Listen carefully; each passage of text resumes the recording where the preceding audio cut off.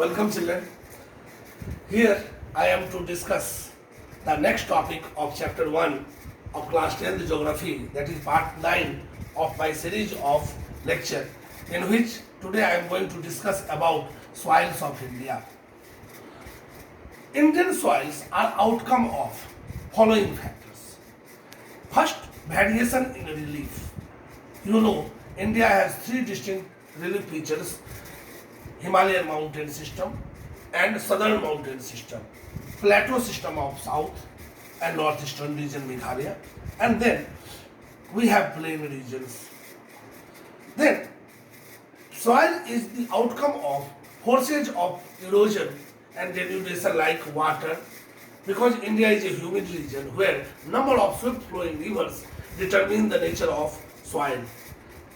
Then biological activities, vegetation types, and atmospheric and anthropogenic factors determine different types of soils.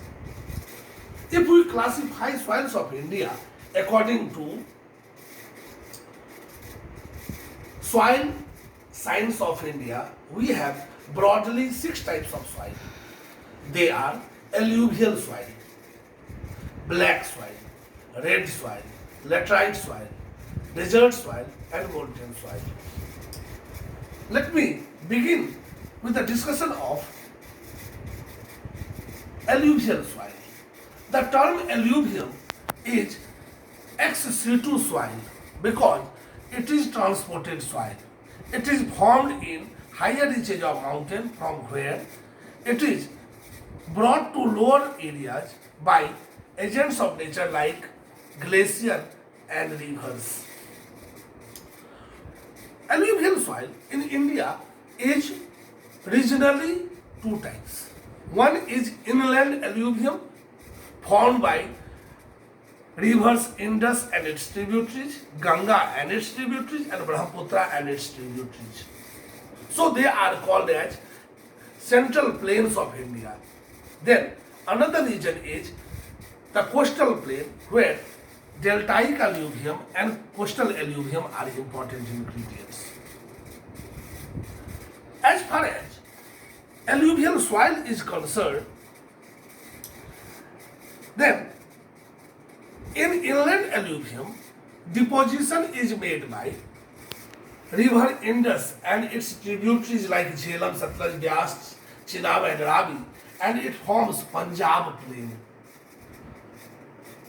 That plain is very fertile, and soil in the Doabs, that is, Doab is the land between 2 rivers, is very fertile and sustains substantially large bulk of population. As far as Ganga plain is concerned, its slope is from northwest to southeast, and Ganga flow is the main river and is drained by number of Himalayan and peninsular rivers. Amongst the peninsular rivers are Ken, Betwa, Chambal, Son, etc. Amongst the Himalayan rivers, Yamuna, the right bank tributary, and majority of the left bank tributaries like Gomti, Ghagra, Gandak, Buri Gandak, Kosi, Kamla, Balans, Saptkosi, and then we have northeastern part, Mahananda. And as far as Brahmaputra is concerned, Brahmaputra, you know, it is famous for huge silt deposits carried by it every year and makes the largest river island of the world known as Majuli. So, in the Ganga plain, we have important diarrhas which are famous for its fertility. Now, central plain or inland plain can be further classified on 2 bases. There are 2 bases of classification of inland alluvium. On the basis of nature of silt, clay, soil, inland alluvium is known as Piedmont Plateau or at the foothill of Himalayas. This is of 3 types. In Punjab, it is known as Chos. In Bihar, Bengal, and Uttarakhand region, it is called Terai, and in Bengal, it is called Dwar. And you know, Raj Mahal Dwar is the famous Dwara. Another way of classification, method of classification is on the basis of age. So on the basis of age, we have older alluvium known as Bangar and newer alluvium known as Khadar. Older alluvium were deposited thousands of years ago and are at the higher reaches, that is on the natural levee and other parts. They are mainly composed of concrete and they are flood-free plains. As far as Khadar is concerned, which is newer alluvium, it is in the river basin and every year flood comes, brings huge amount of silt deposit and it renews fertility of the soil.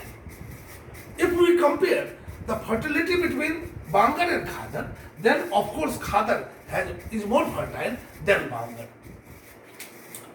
Then we have characteristic feature of alluvial soil. Alluvial soil is rich in potash, phosphoric acid and lime. And due to presence of phosphoric acid, lime and potash, this soil is able to hold important cereal crops like rice, wheat, maize, etc. Those crops which have enough tendency to harness nutrients from the soil.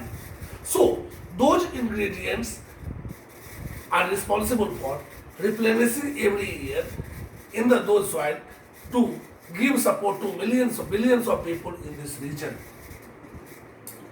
This soil is responsible for multiple crop and multiplicity of the crop. That is, in one cropping season, number of crops are grown. This soil is prone to infertility. In drier region, this soil is subjected to alkalinity, and in the swampy marshy region, in a high temperature region, it is prone to become saline. That is in Punjab and Haryana region.